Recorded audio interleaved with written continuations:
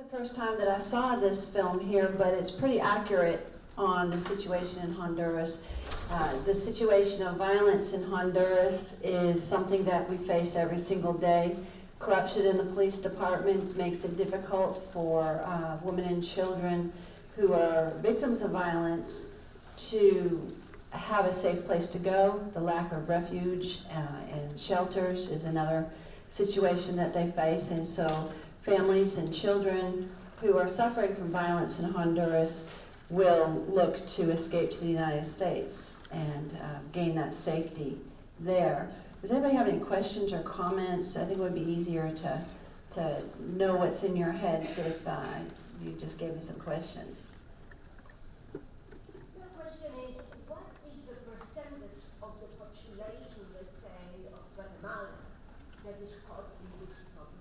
And what the percentage that is normal to that? I would have to speak on Honduras, which is more violent than Guatemala. Honduras is the murder capital of the world with more than 90 murders per 100,000 people. Honduras has held that title for 3 years straight. Basically, everybody in Honduras is touched by violence of some degree. In the cities, it's worse because you have the drug lords and the gangs there. There are sections of Tegucigalpa in which there's no business because the gangs have been extorting the people. I know stories of a pastor who works with an NGO who was extorted to give money, and he lost his business. And so, I mean, to give statistics, actual numbers, I mean, that's difficult. But what I can say is just about everybody is touched in some way, shape. In Honduras, 71% of the homes are single mothers. In Honduras, more than 50% of all girls have 1 or 2 babies by the time they are 18 years old. Most of them are raped by family members. 2 out of 3 girls will be sexually assaulted before they turn 18. We specifically we created the first ever victims program in Honduras, and we work with the authorities to rescue victims of violence. Parents, I have cases of parents taking their daughters to Guatemala over the border to sell them into sexual slavery in Guatemala. And we have the situation of the gangs. My friend Teresa works with the gangs to try to get them out of the gangs. And just in the last few days, 4 of her boys have been murdered in prison in Tegucigalpa. 1 was just 2 nights ago, and 3 were like 3 or 4 days ago. When it comes to, I mean, every town, there's networks of sex traffickers in every town. There's bars and cantinas, and they bring the girls around and they transfer them to one place to another. People come into villages, in the remote villages, and offer jobs in the United States or in Guatemala or in Mexico or even within Honduras, and parents will let their children go with these people, and they end up getting sold into sexual slavery. So, I mean, to escape this, because there's really no help. If you dial 911 in Honduras, a police car is not coming. Seriously, they'll tell you, if they can, they'll tell you to come tomorrow. So there are many different reasons, and the violence is one of the reasons. It touches almost everybody in Honduras. My assistant's brother, just 6 months ago, was shot dead by 2 AK-47s, guys with AK-47s on a motorcycle, down the street from my house, and I don't live in the city. Any other questions?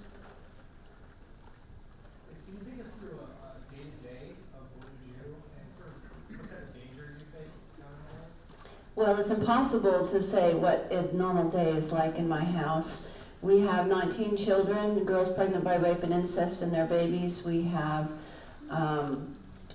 disabled children, because in our rescue of women and children, we found that there really aren't children's homes there are children's homes that take girls who are sexually assaulted but not with babies. And we only do rape and incest pregnancies. Any time of the day or night, the police or the fiscal can show up at my door and drop off children or women who are victims of violence. We also have one of the only witness protection places in the country where we actually hide people who are in danger, but we can only do it for a couple days. In 5 cases, to my knowledge, there have been people acting to assassinate me. By the grace of God, I'm still alive today. When those cases are over, the threat is over. We did such a good job in Honduras in tripling the number of denuncias, which is a criminal report in violence against women and children. Only about 30% of cases are ever reported. Only about 12% of those cases ever make it to the front door of a court. Only 1% ever gets condemnation in the court. We tripled. We went from 185 denuncias a year to over 600 in our area, and with a 71% conviction rate. And basically, because we got to the point with the last 29%, we just did too good a job. It's either you don't know who the perpetrator is, or you know who he is, don't know where he is, or it's corruption and negligence. And at the same time that the rector of the university's son was assassinated by 4 police officers, I had submitted a 300-page report documenting 100 cases of negligence and corruption by police authorities, and a hit was put out on me, and so I had to close my office 3 years ago. But as of 2 weeks ago, the new Fiscalía de la Mujer Nacional, the new National Prosecutor for Women Against Children, came to my house and said that we have funds from the United Nations to start it again. And so we're starting this as soon as I get land on Monday. We're back to work in rescuing victims actively, not just passively with authorities. And so, I mean, it's an everyday thing. When he was talking about low profile, lucky you, I don't get low profile. My face is out there every day, and it's scary sometimes, but we have to do it. But we can't protect these victims that run away, that come here to the United States. There is no protection for them in Honduras. And as American citizens in a country that has a great deal of benefits and freedoms, I think we're obligated morally to help these victims achieve sanctuary. And if we don't do that, then we don't deserve what we do have. That's my personal opinion. Are there other questions? Yes, in the back? How large of a structural overhaul politically do you think it would take in order to stop this culture of violence that seems to be a never-ending cycle from what you're saying? It is a never-ending cycle. Part of the problem is the drug cartels. Part of the problem is the gangs that are there. There's a lot of money being paid to people. If you have money in Honduras, you can do whatever you want. I mean, it's going to take a complete overhaul of the system. There's no child welfare system right now. It's being built from the bottom up. You guys are working with that, and DNAF is the official organization or institution. We're working with that. It's not an easily resolved situation. It's just, it permeates all of society. And there's nowhere to hide, because everywhere you go, there are corrupt officials. There are a lot of good police officers. There are a lot of good government people, but they're stifled by those in power who are financed in illegal activities. Other questions? Yes? I have a question, and thank you for very much. So we represent a lot of victims of domestic violence that are fleeing to the United States from Honduras. One of the main criticisms the government makes is that the women don't take advantage of the shelters that do exist in Honduras, and they sort of blame them for not seeking help. And since you're in the position you are, maybe you can help me respond to this. What would you tell them? The response is the domestic law in Honduras. First of all, domestic violence is not a crime. It is considered a special law for prevention of violence. It does not become a crime until a protection order is violated or they try to actually kill her or something like that. And even then, there's no guarantee that they'll ever raise it to that. As far as shelters, that's a joke. That's what they claim. No. They literally say that. I'm going to tell you right now, I have one of the only functioning shelters in the country. They actually use your article to show that women can be protected. My shelter is only for 7 to 10 days. Okay, there's a shelter in Copan, but it's not functioning well. There was a shelter built by Canada in Olancho, and that collapsed for lack of funding. They've been trying to build one in Tegucigalpa for 7 years. It's not built yet. The Fiscalía de Mujer Nacional, that is the National Prosecutor for Crimes Against Women for Reasons of Gender, was in my house 2 Saturdays ago for 3 hours. And she said that there is nothing. In fact, she didn't even know that we had the shelter. She's a new prosecutor. They swapped the positions. But it's a joke. The police don't enforce it. The police are supposed to put the protection order in. They don't. And I just had a case in February of a guy who had like 5 domestic violence charges against him, cases, individual denuncias with the same woman. He tried to run her down with his taxi 4 times on her way to work. The American she worked for called me from the other side of the country, and I said, take her to the police station, get her a forensic exam, raise the penal process against him because he tried to commit murder, find out if there was a protection order in place, and get him arrested because they have what's called 24-hour infragrancia. And so what that means is within 24 hours of the act, they can arrest without an arrest warrant. And so she called me back, the missionary, 2 hours later and says, we're in the colonel's office. We're talking a colonel, okay, not a sergeant, not a little guy, a colonel who says he can't send anybody to arrest the guy until he talks to the prosecutor. And they don't know the laws. The guy got off. There was no protection order. With 5 denuncias, there should have been a protection order. Shouldn't have been 5 denuncias. Should have been 1 plus the protection order. And when he violated it, levanta proceso penal, that they raised the penal process. So it takes 3 steps to get there. No, it should take first. If they catch him within 24 hours, but they can only hold him for 24 hours because he has not committed a crime. He's committed an act of violence. Okay? So domestic violence is an absolute joke. They either don't know the law, don't care about doing what they're supposed to do, and there are no shelters. There's a couple that function very, very low. And I only have space for about 3 or 4 women. They use literally an article from Yeah, the article from the Decatur Daily. and they submit it as evidence. Mm-hmm. That's shelter.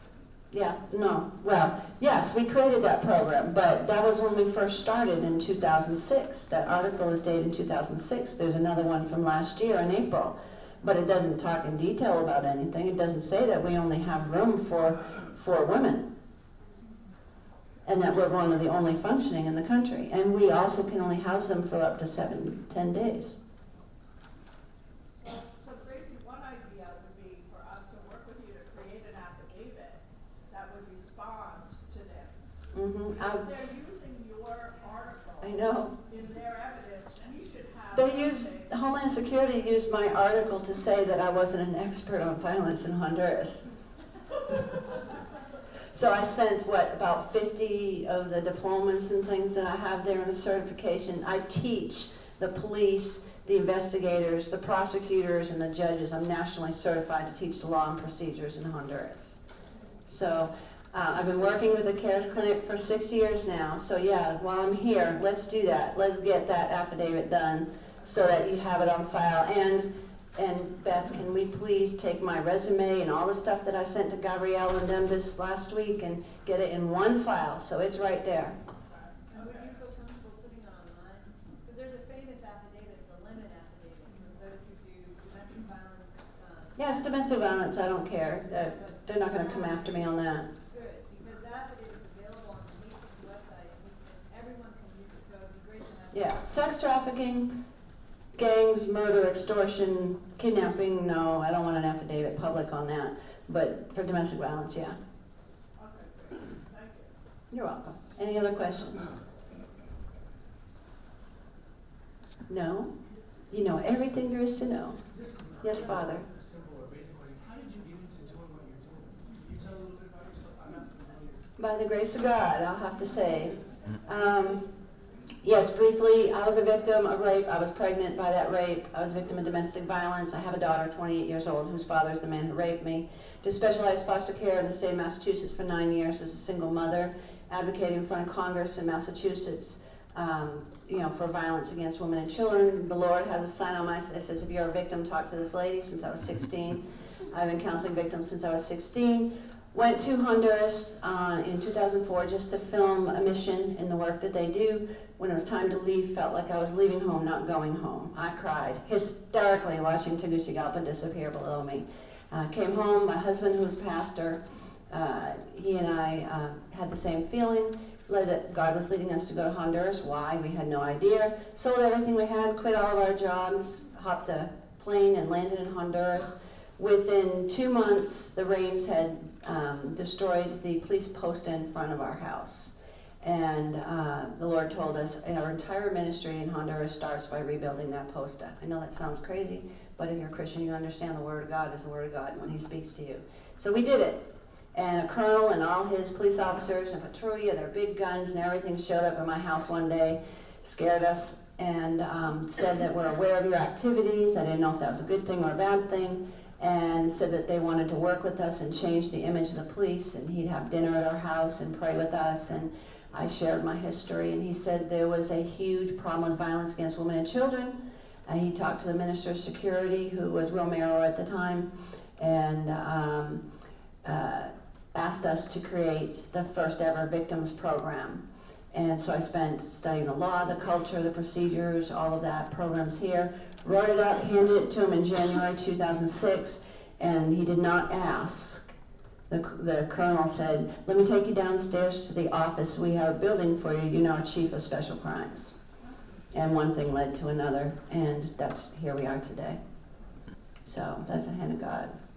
So anybody else, questions?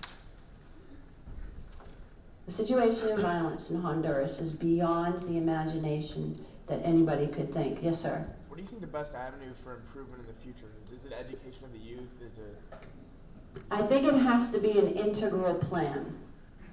I think we have to work in raising up leaders within the community, which is one of the things we're doing, is teaching people to stand up. People are afraid. They're afraid their neighbor is going to kill them with a machete or a gun. We have to teach them to be valiant people. We have to teach the leaders in the institutions and the government to be valiant people and not corrupt, to have character. I have a weekly radio show to 500,000 people that I've had for 9 years, and we work on that, and we talk about character and strengthening family. I think we also, it's wonderful to teach the people, which is what we do, on what their rights are and what the laws are and what to do. But if they know what to do and then go to the police station, the guy says, you don't belong here. A 8-month pregnant lady, 4 hours traveled to Tolunga to put in a report for domestic violence, covered with bruises, 5 o'clock at night, and the agent of the DIC said to her, you have to put it in Arica where you're from, not here in Tolunga. The law says any official, I can take the denuncia according to the law, because I'm an NGO that works in that theme. And he threw her out on the street with my refuge 50 yards from his door, her door. And threw her out on the street to 4 hours going back, no buses. She walked to the exit to Tolunga and asked the poster to get her a ride, Halon. And he said, what are you doing here? And he said, no. He says, well, call Gracie. Brought her back. I argued with that agent right there on the front porch of the police station until I called the colonel. And so, I mean, they can know the rules, but then the authorities have to do their job. So then you also have to teach the authorities, which is what we do too. But then they don't have the resources. The post is, there's not every place. You could go 2-3 hours. You know what it's like, 2 or 3 hours just to get to a police post where there's 2 guys in a little house and there's no phone, there's no car, and there's no motorcycle, maybe a radio, and there's no help. So all of these different levels have to be changed in order for there to be a change. And then you have to change the willingness of them too. Some of them don't care about domestic violence. Some of them, I've had agents of the Danny say hitting on girls while they're taking their rape statements. She's pretty. I mean, I could tell you horror stories for hours. So, any other questions over here? Well, just to add to that question, what role would you like to see the United States play?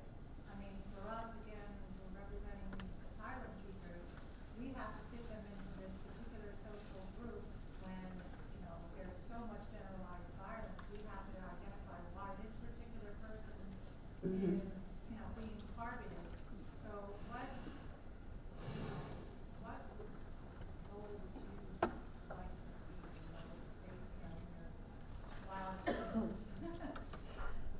like to see a lot more help there.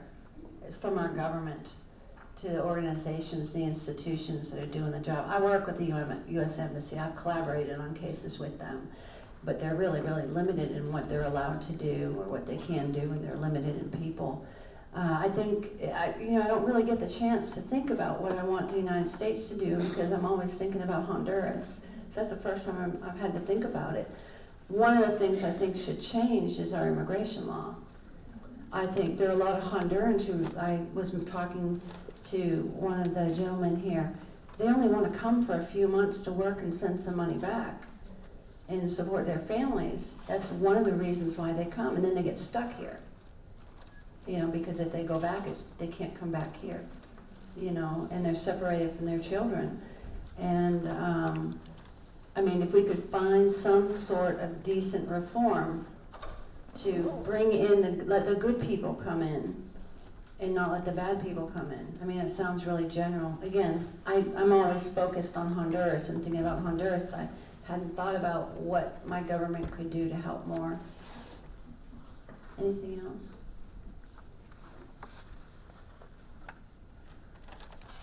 Well, that's good. You're all informed. But I want to say I really appreciate the work that this university does. I've admired your work from a distance for years. I'm so honored to meet you today. And we have to talk because we have to work together. And this foster care work that's going on with these young boys, I think this is wonderful work. There are a lot of people who are doing a lot of good work, but we need to unite to make the work stronger. And that's an aspiration of mine. Yes, sir? Professional counseling personnel to the counselors That's something that we're working on. We've been actually working with the government. We've actually had a great deal of interns, psychological and social work interns. We provide internships. That's another thing while I'm here. We want to provide a legal internship with our ministry. Make that available. As president co-founder, I can make that decision. But we're in the process. We tried to hire a psychologist in December, but she took a job in Tagu. She didn't want to go out into the mountains.